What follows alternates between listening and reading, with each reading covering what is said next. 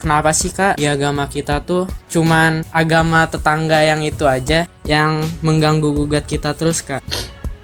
Karena memang sejak semula Saracen ini ada untuk menyerang kemuliaan Allah yang sejati. Kenapa? Apa sih susahnya gitu? Tuhan Yesus bilang bahwa saya adalah Tuhan gitu, maka sembahlah saya.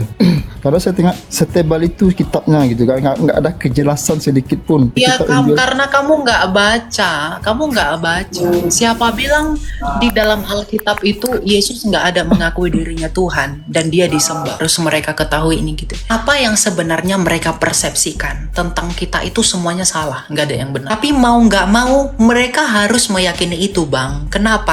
Untuk membenarkan klaim penyempurnaan itu. Kalau mereka tidak mengadopsi dogma itu, penyempurnaan itu gagal. Jadi ini bukan tentang masalah Abrahamik atau tidak Abrahamik, tapi bebal atau enggak. Jadi bukan tentang itu. Karena jalur mereka itu beda, bukan dari Abraham. Ya, silakan Mizano. Iya Bang. Saya mau nanya sedikit nih Bang, ini saya Islam nih Bang. Ya, silakan. Itu kan di dalam kitab Injil kan, kita Injil kan itu kan tebal itu Bang. Itu di dalam kitab Injil itu kan berapa ketebal itu sangat tebal saya lihat itu Bang ya. Biasanya saya tengok di perdebatan antara Islam dengan Kristen. Katanya bahwa tidak ada dikatakan maksudnya Yesus tidak pernah mengaku bahwa dirinya Tuhan, maka sembahlah aku kan gitu. Perdebatan saya tengok di YouTube atau di mana gitu kan. Setebal itu kitab Injil sebanyak itu ayat-ayat gitu kan Bang. Kenapa? Apa sih susahnya gitu? Tuhan Yesus bilang bahwa saya adalah Tuhan gitu, maka sembahlah saya. Karena saya tengok setebal itu kitabnya gitu kan, nggak ada kejelasan sedikit pun. Apa salahnya 2 ayat kah, 3 ayat kah, 10 ayat kah? Kalau di Al-Quran kan jelas itu Bang. Sembahlah aku kata jadi Allah. Kalau kata kamu Muhammad, bilang sembahlah apa gitu. salahnya? Ini kenapa tidak ada sedikit setebal itu gitu? Setebal itu kitabnya berapa ayat, banyak ayatnya gitu. Iya, karena kamu nggak baca. Siapa bilang di dalam Alkitab itu Yesus nggak ada mengakui dirinya Tuhan dan dia disembah? Yesus itu disembah, tapi dia tidak menolak penyembahan. Yohanes 13 ayat 13, Yesus mengakui dirinya sebagai Matius, mute dulu. Matius 28 ayat 17, Yesus mengaku sebagai Tuhan atas sorga dan bumi, penguasa, kurios, Kyrie. Jadi kalau kamu bilang kitab suci setebal itu tidak ada, ya karena kamu nggak baca. Kalau kamu baca, Yesus disembah Thomas loh, disembah orang buta, disembah Maria, disembah para rasul. Ada nggak dia menolak? Enggak. Kalau Yesus orang benar dan dia bukan Tuhan dan Allah, ketika dia disembah seharusnya dia marah sama orang yang sembah dia. Sama seperti ketika dia marah di bait Allah ketika bait Allah digunakan menjadi sarang penyamun. Ya. Yohanes 13 ayat 13 Yesus berkata, kamu berkata bahwa akulah guru dan Tuhan. Memang dia adalah Tuhan. Dan bahkan dalam Matius 28 ayat 17, Yesus Kristus mengakui ketuhanannya sebagai atas surga dan bumi yang didapat dan diperoleh dari Sang Bapa. Karena Kristus sendiri adalah gambaran yang nyata dari Bapa itu. Jadi kalau kamu bilang nggak ada, ya karena kamu nggak baca gitu loh. Itu ya. Jadi jangan bilang nggak ada. Kamu bilang nggak ada, tapi di dalam Injil itu ada, ya premis kamu udah rusak. Gitu. Kalau ayat dalam kitab suci kami dengan punya kalian tuh beda, jauh beda. 1:6. Kami hampir 36.000 ayat. Kalian cuma 6.000. Dan di dalam sebanyak itu tidak hanya berisi sastra, tapi sejarah perjalanan bagaimana orang Israel itu berjalan, bagaimana perjanjian itu dimuat, bagaimana titah itu diberikan. Jadi experience, bukan gedebuk jatuh terus dikasih terus diadopsi, bukan. Itu experience mereka mengalami Tuhan. Dan herannya experience itu tuh senada. dari perjanjian lama sampai Tuhan kepada Adam menjanjikan keturunan perempuan yang akan mengalahkan maut. Lanjut ke Daud, lalu ke Yesaya, ke Yeremia. Itu semua menubuatkan keselamatan itu. Dan akhirnya keselamatan itu dinyatakan, Lukas 16 ayat 16, itu selesai di dalam Kristus. Gitu. Ya, jadi para nabi itu konsisten. Itu berbicara tentang Kristus sejak perjanjian lama. Gitu. Jangan bilang nggak ada. Kalau kamu nggak baca, ya pasti nggak ada. Tapi kalau kamu baca, kamu ngomong, saya percaya kepada Injil, tapi kamu nggak pernah baca Injil. Lagi pula Injil yang sekarang kan kalian bilang udah dipalsukan. Tapi kenapa menggunakan yang dipalsukan untuk mendukung teologi kamu yang kamu katakan benar? Itu kan paradoks. Masa menggunakan yang salah untuk membuktikan yang benar? Sejak kecil tuh saya sangat diusilkan ya, sangat dijauhi oleh orang tetangga sebelah yang beragama Islam contohnya. Kenapa sih Kak di agama kita tuh cuman agama tetangga yang itu aja yang mengganggu gugat kita terus Kak? Sedangkan karena memang sejak semula Saracen ini ada untuk menyerang kemuliaan Allah yang sejati. Makanya Yohanes dari Damaskus itu memerangi mereka. Saracen. Di dalam bukunya Yohanes dari Damaskus dia berapologia kepada orang-orang Saracen yang tinggal di tanah Arab. Jadi memang sejak semulanya itu Saracen ini ada itu untuk mengganggu kita.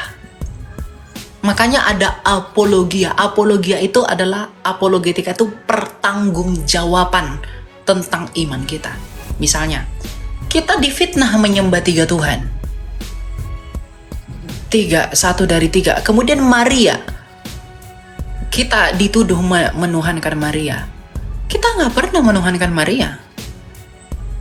Tapi Kak, mereka sangat membenci kita banget Kak. Ya memang sedangkan kita nggak pernah ngurusin kehidupan mereka. Karena itu kan sudah dinubuatkan oleh Kristus. Karena mulanya Saracen itu lahirnya untuk itu. Nah makanya Tuhan Yesus berkata dalam Matius 7 ayat 15, kamu harus waspada kepada pengajaran-pengajaran. Sebenarnya satu hal yang membuat mereka itu pasti kita tidak bisa akui itu adalah karena mereka bukan dari bangsa Israel. Mereka bukan dari tempat perjanjian itu dibuat. Jadi kamu nggak perlu heran dengan itu. Itu memang harus ada untuk menguji kita yang di dalam kebenaran ini. Itu memang harus ada. Jadi satu indikator yang paling baik untuk menilai buahnya itu adalah mereka bukan dari tempat perjanjian, mereka di luar perjanjian itu. Ya, sekali lagi saya katakan mereka di luar. Jadi rahmat Allah di dalam perjanjian itu nggak mungkin dialiri kepada mereka. Dan itu dibuktikan dengan apa? Itu dibuktikan dengan cara berpikirnya mereka kepada perjanjian yang dimuat oleh Abraham kepada para nabi dan para rasul dan penggenapannya. Itu mereka nggak akui. Walah. Iya, mereka nggak akui. Makanya sistem di perjanjian lama itu seolah-olah mereka ungkit balik. Misalnya, hukum Allah di perjanjian lama Tuhan itu terlihat kejam. Ya, tumpas ini, tumpas itu, bla bla bla bla. Nah, tapi di perjanjian baru itu ada masa kasih karunia. Yesus sendiri datang, dia mengajarkan kasih. Ya, dia raja yang tidak naik kuda. Dia raja yang naik keledai. Itu menandakan kelemah lembutannya dan keberpihakannya kepada orang-orang lemah. Dia berkata, hukum Kristus yang paling terkenal itu adalah kasih Allah, kasih sesama, kasih musuhmu. Tapi tiba-tiba ada yang lain lagi penggal kepalanya yang tidak mau percaya kepadaku. bunuh dia. Artinya apa yang sudah ditutup oleh Kristus di dalam kasih karunia itu dibuyarkan kembali. Jadi memang bukan di dalam perjanjian itu mereka. Itu di luar. Jadi kamu jangan heran. Bukan hanya mereka, banyak di luar mereka pun banyak. Tapi apa kata Tuhan dan para rasul berkata apa? Kamu harus tetap tekun di dalam itu, di dalam apa? Di dalam iman. Ya. Karena memang banyak yang akan merusak itu. Mereka Berarti nggak sama kayak anti Kristus ya Kak? Iya, mereka antikristus. Mereka antikristus bukan sang antikristus. Sang antikristus itu nanti, belum sekarang. Maka pesan buat anak-anak yang umurnya seperti saya Kak, cara biar kuat dan tangguh untuk menghadapi ini semua seperti Kakak ya. Bisa dilihat banyak banget orang di komentar ini yang selalu menghina Kakak. Tapi saya percaya kuasa Tuhan tuh selalu ada di setiap orang yang percaya. Pesannya buat kita semua apa Kak? Ya, semakin kalau saya pribadi ya, saya semakin dihina, semakin dicaci, itu semakin menunjukkan kemuliaan Tuhan. Artinya apa? Memang benarlah mereka yang tidak di dalam Kristus itu buahnya busuk semua. Yang tidak kembali kepada Kristus buahnya busuk semua. Itu tanda dan buktinya. Jadi kamu nggak perlu apa ya? Nggak perlu repot-repot untuk wah mereka nih begini. Mereka nih enggak. Ya, mereka seperti itu menjadi serigala yang mengaum-ngaum berkeliling-keliling. Itu menjadi bukti bahwa mereka memang bukan dari Tuhan. Mereka tidak mengambil bagian di dalam kebenaran itu. Makanya buahnya busuk semua. Gak ada yang benar. Mulutnya kotor sekali, hatinya busuk sekali, perbuatannya juga jorok sekali. Ya? Padahal mereka sudah tahu ini room kekristenan. Tapi mereka sengaja datang untuk mengganggu. Gimana? Ya kan yang pengen ribut-ribut itu hanya hantu. Setan saya yang pengen ribut. Jadi kamu justru bersyukur ketika kamu melihat yang tidak di dalam Kristus buahnya begini, solusinya apa? Masuklah kepada Kristus. Makanya ketika orang-orang hujat saya di kolom komentar begini-begini, saya nggak peduli saya. Itu menjadi tanda bahwa kita yang di dalam Kristus nggak seperti mereka. Ya itu urusan mereka lah gitu. Entah apa yang mungkin begitu apanya kita kan nggak tahu. Ya, Kak. Pengajarannya kita kan nggak tahu. Karena memang yang paling ketara itu mereka tidak mengambil bagian di dalam perjanjian itu. Mereka tidak pewaris perjanjian itu. Mereka tidak di dalam. Janji itu mereka tidak bisa ambil. Kenapa? Mereka tidak submit kepada penggenapan janji itu. Mereka nggak masuk kepada penggenapan itu. Ya. Karena Tuhan Yesus sendiri yang bilang keselamatan itu datang dari bangsa Yahudi. Mereka dari Yahudi nggak? Enggak. Mereka dari luar. Jadi udah nggak masuk hitungan. Gitu. Iya Kak, memang dari dulu saya udah ya gitulah diajak masuk ke agama mereka. Jangan mau. Di situ agak mental sama iman saya udah goyah Kak. Apalagi rumah saya kan daerahnya nggak ada sama sekali orang Kristen Kak, cuman saya doang. Logi, kamu masuk ke room saya, kamu follow saya, berkuajari bagaimana Islamologi. Room ini aku hargai Edi Elia, tidak mencampuri ajaran RT6. Nanti kamu follow aku, nanti ku ajarkan kau bagaimana rupa Islam itu sesungguhnya. Boleh follow saya? Oke Bang, makasih ya Bang. Iya, nanti kalau kau follow saya ketika aku live, nanti kamu nongkrong aja di bawah, dengar-dengar aja ya. Iya Bang. Nanti kamu akan kaget ya, rupa iblis itu udah nggak diam-diam lagi, udah nggak nyamar-nyamar lagi. Rupa iblis itu sudah terang menderang ya, rupa-rupa iblis itu sudah terang menderang. Jadi tinggal manusianya pilih yang gondoruo atau pilih yang Tuhan terang itu. Paham titik? Jadi dulu iblis itu nyamar-nyamar, sekarang nggak nyamar-nyamar lagi, sudah terang menderang rupa iblis itu. Ya, 7.15. iya. Nanti aku live, nanti kamu nongkrong aja di bawah, perhatiin bagaimana itu kita nggak bernarasi bebas, kita mereka yang kita buka, ya. Iya. Bertahan dalam imanmu sampai maut. Nanti kita akan dipersatukan kembali orang-orang terang, ya. Demikian sih. Yuk, Tuhan berkati. Ya, semangat selalu ya. Kamu harus tetap di dalam iman. Kamu harus kuat di dalam itu. Kenapa? Karena ketika kamu berusaha untuk semakin deep, diving ke dalam lebih deep lagi, iblis itu berusaha tarik kamu. Mereka berbohong pun nggak apa-apa, yang penting itu udah nggak bener itu, ya. Udah terbiasa Kak saya waktu. Jadi jangan takut.